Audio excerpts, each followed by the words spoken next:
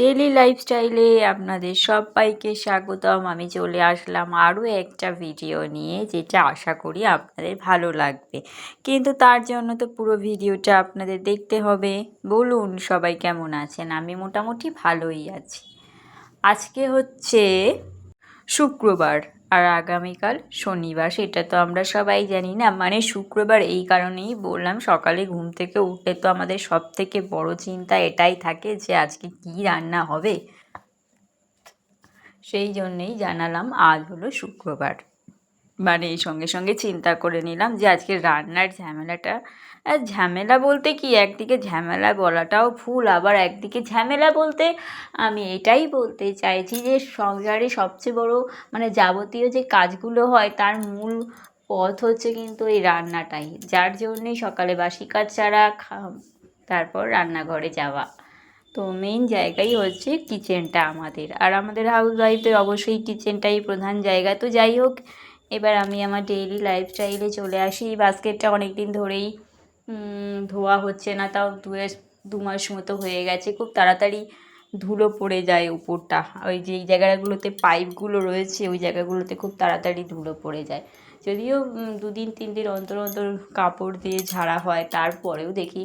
তাই ভাবলাম যে যাই হোক, আজকে এটা করে নিই, একটা একটা করে সব কাজই তো সারতে হবে। অনেক দিন হয়ে গেল বোতলগুলো ধোয়া হয় না, ঝুড়িগুলো মাঝে মাঝে ধোয়া হয়। ঝুড়িগুলো তো শনি মঙ্গলবার থাকে, তার আগে একবার করে একটুখানি করে জলে ধুয়ে নিই, যেহেতু শনিবার মঙ্গলবার নিরামিষের ব্যাপার থাকে, তার সেদিন একটু করে ধুয়ে নিই। তারপর সকালবেলায় থেকে দেখুন না কতবার যে বৃষ্টি হয়, 1000বার রোদ উঠছে, 1000বার বৃষ্টি হচ্ছে।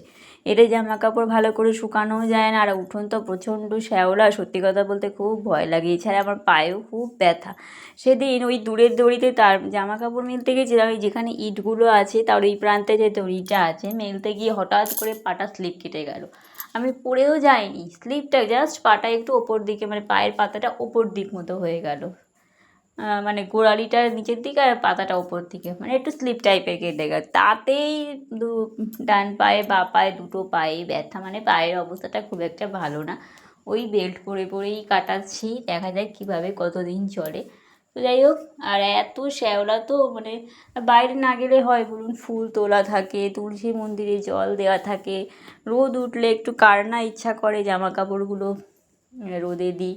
আর উঠোন ঝাড় যদি না দেওয়া হয়, এমনিতেই বাড়ির বউরা হচ্ছে বাড়িঘর সুন্দর করে সাজিয়ে রাখা তাদের দায়িত্ব, সেক্ষেত্রে যদি আমি উঠোনটা ঝাঁট না দিই কেমন লাগে বলুন? তো সেই জন্যে উঠোন ঝাড় দেওয়াটাও পরে, আরে অনেক কাজ, বাইরে অনেকগুলোই কাজ, না গেলে তো কোনটা বাদ দিয়ে কোনটা করবো না বলুন?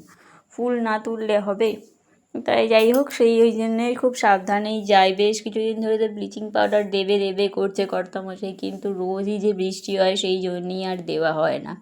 তারপর চলে আসলাম ঘরে। এরপরে বাইরে যাওয়া বলতে শুধুমাত্র জামা কাপড় মেলতে যাওয়া, এটাও একটা বড় সমস্যা হয়ে গেছে। হয় ভালো করে একটানা রোদ হোক, আর না হলে ভালো করে একটানা বৃষ্টি হয়ে যায়। আবার বেশি বৃষ্টি হলে তো এখন অল্প বৃষ্টিতেই বাড়ি ঘরে যেন জলে ভর্তি হয়ে যায়। তো এবার যখন রোদ ওঠে তখন আর লোভ সামলাতে না পেরে চলে যাই জামা কাপড় মেলতে। যাই হোক, খুব সাবধানে যাতায়াত করলেও পড়ার হলে এমনি আর কি বলবো বলুন, যেটা হয়। ঘরেও কত সময় জল পড়ে, সেই হিসেবেও অনেকটা সাবধানে যাতায়াত করতে হয়। এটা আমাকে বলে না, বাড়িতে বাচ্চা কাচ্চা থাকলে তারা বা প্রত্যেকটা মানুষকেই কিন্তু খুব সাবধানে যাতায়াত করাটা উচিত।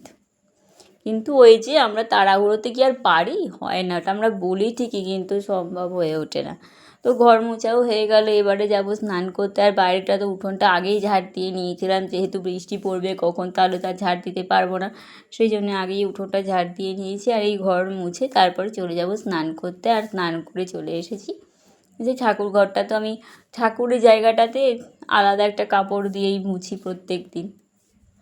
তো এবারে ঠাকুরের সামনেটা একটু মুছে নিচ্ছি, ঠাকুর ঘর বলবো না, ঠাকুরের সামনেটা মুছে নিচ্ছি কাপড় দিয়ে। এরপর বসবো পুজো দিতে। ফুল তুলেই এনেছি সকালে, যখন যখন দেখি আকাশে মেঘ থাকে সেদিন আগেই ফুলটা তুলে রেখে দিই, নাহলে আর হয় না, বাইরের ফুল আর তুলে আনতে পারি না। আর স্নান করে গিয়ে আর ভিজতে ইচ্ছা করে না। স্নান করার আগে দেখবে যতই গায়ে জল পড়ুক তখন যেন মনে হয় ঠিক আছে করে নেবো, কারণ ওই ড্রেস পরা হয়ে গেলে সেই ড্রেস যদি ভিজে যায় তাহলে সেই ড্রেস পরে সারাদিন থাকতে হবে। আর আজকে রান্না করব দুটো মাছের ঝোল, মানে দুটো মাছ আছে সেটা দিয়ে ঝোল, উচ্ছে আর একটা পটল পেকে যাচ্ছিলো সেটা নিয়ে নিয়েছি, একটা উচ্ছে একটা পটল, খুবই কম করেই করছি উচ্ছেটা। আর করব কাঁকরোল দিয়ে আলু দিয়ে ঝোল। সবটাই আমি কাঁকরোল আলু ঝোলটাও এই প্রথমবার আমি আমিষ করে রান্না করলাম, খেতে খারাপ লাগলো না। তবে জানি না আদৌ কাঁকরোলের মধ্যে কি রসুন যায় কি না আমি জানি না, পেঁয়াজ আদা রসুন সব কিছু দিয়েই আলুর দমের মতন করেই করেছি। আর সব থেকে বড় কথা, কাঁকরোলও যে আমিষ করে রান্না এই প্রথমবার করলাম। তো যাই হোক, এই যে কুকারে সিটিও দিয়ে দিচ্ছি, একদম দুটো সিটি দিয়েই নামিয়ে রেখেছি, একদিকে ভাত আর একদিকে কাঁকরোলটা সিটি দিয়ে নেবো। আর দুটো না বোধহয় একটাই দিয়েছিলাম, হ্যাঁ একটা সিটি দিয়েছিলাম, আর কিছুক্ষণ রেখে দিয়েছিলাম, সেটা ভাপেতে সেদ্ধ হয়ে গেছে। এতক্ষণ পর্যন্ত যারা আমার ভিডিওটা দেখলেন তাদের অসংখ্য ধন্যবাদ এইভাবে সাথে আর পাশে থাকার জন্যে। অবশ্যই আমিও আপনাদের সাথে আর পাশে আছি। একজন দুজন করে অনেক নতুন নতুন অতিথি আমার পরিবারে আসছেন, তাদের সবাইকে আমার নমস্কার জানাচ্ছি, হাই হ্যালো জানাচ্ছি। এইভাবে যারা নতুন যুক্ত হচ্ছেন একটু বলবো সঙ্গে থাকবেন, সাথে থাকবেন, আমিও আপনাদের সাথে আর পাশে আছি। তো রান্নাও বসিয়ে দিয়েছি একটা একটা করে। প্রথমেই অবশ্যই উচ্ছেটাই আগে করব, উচ্ছে আর কুমড়োটাই আগে ভেজে নেব, সেটাই বসিয়ে দিয়েছি, নুন হলুদ দিয়ে ভাজা করতে বসিয়ে দিয়েছি। আর এদিকে কাঁকরোলটাকে সেদ্ধ করে সঙ্গে যদি বেশিটা গলে যায় সেই জন্য সঙ্গে সঙ্গে একটু কলের নিচে দিয়ে দিলাম, একটু ঠান্ডা জল দিয়ে ধুয়ে নিলাম। আর এরপর এদিকে জলটাও ভর্তি, প্রত্যেকটা বোতল ভরে রাখি, তারপর বালতিটা কর্তামশাইকে দিয়ে জল আনাই। আর এই কাঁকরোল আর আলুটাও ভাজা হয়ে গেছে, ভাজে একদম জিরে আদা লঙ্কা রসুন পেঁয়াজ যা পেরেছি সব দিয়ে দিয়েছি, দিয়ে একটু মাখা মাখা ঝোল ঝোল করেছি, কারণ রাত্রে দুবেলা তো খেতে হবে, রাত্রে একটা কিছু না থাকলে না খুব অসুবিধা হয়ে যায়। এখন তো এতদিন 3.5 মাস 4 মাস ধরে কাঁঠাল খাওয়া হলো, এবারে রাতের দিকে একটা তরকারির জন্যে এই ঝোলটাই করলাম, নাহলে হয়তো দুটো তরকারিতেই হয়ে যেত, তাই এটাও কমপ্লিট হয়ে গেল। আমার আবার রান্নাতে টমেটো দেওয়ার কথা একদমই মনে থাকে না, অতি কষ্ট করে হাতের কাজে নিয়ে রেখেছি, প্রত্যেক দিন ভুলে যাই। তো সেই জন্য টমেটোটা হাতের কাছে রাখাতে তারপর মনে করে দিতে পেরেছি, নাহলে আমার টমেটোর দেওয়ার কথা ভুলেই যায়। আজকে আবার গরম মশলাও দিয়েছিলাম, যেটাতে আরোই দিই না, তেজপাতা গরম মশলা টমেটো এগুলো একদমই আমার মনে থাকে না রান্নায় দেওয়া, তো আজকে মনে করে দিয়েছি সব কিছুই। আর মাছের ঝোলটাও হয়ে গেল, আলু বা বড়ি কিছুই দিইনি, প্লেন দুটো মাছের ঝোল করছি, করে গ্যাস ট্যাসগুলো এবারে মুছে বাসন টাসন মেজে ঘরে আস্তে আস্তে প্রায় বেজে যায় 12:30, কোনো দিনও 12টা, কোনো দিনও 1টা, যেদিন 1টা বেজে যায় সেদিন একেবারে ভাত ফুট দিয়েই আমি ঘরে আসি। তো আজকে আর ভাত ফুট দিইনি, ভাত ফুটটা একেবারেই কর্তামাসি যখন স্নান করতে গেছিলো তখন দিয়েছি।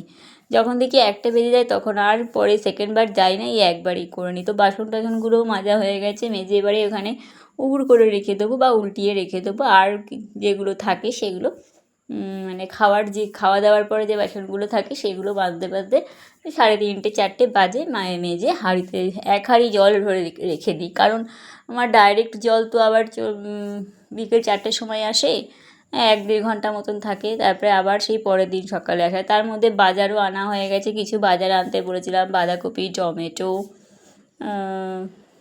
আদা রসুন আদা পেঁয়াজ বেগুন আমড়া আলু, আর এছাড়া কিছু তো রয়েইছে আগের সবজি, সব কিছু মিলিয়ে যা আছে মোটামুটি আবারও আমার প্রায় 10 দিন মতন হয়ে যাবে। কারণ এই কারণেই বলছি 10 দিন হয়ে যাবে, কারণ মাছ থাকে, তারপরে সয়াবিন থাকে, ডাল থাকে, তাই এই হয়ে যায়, মানে একদিন সবজি আনলে 10 দিন মতন হয়ে যায়। আর এই যে আমার রান্নাও কমপ্লিট হয়ে গেছে, আর দুজনে খেতে বসে পড়েছি। তো এতক্ষণ পর্যন্ত সঙ্গে থাকার জন্যে, সাথে থাকার জন্যে অসংখ্য ধন্যবাদ। সবাই ভালো থাকবেন, সুস্থ থাকবেন, আবার আগামীকাল চলে আসবো। ততক্ষণের জন্য সবাইকে টাটা।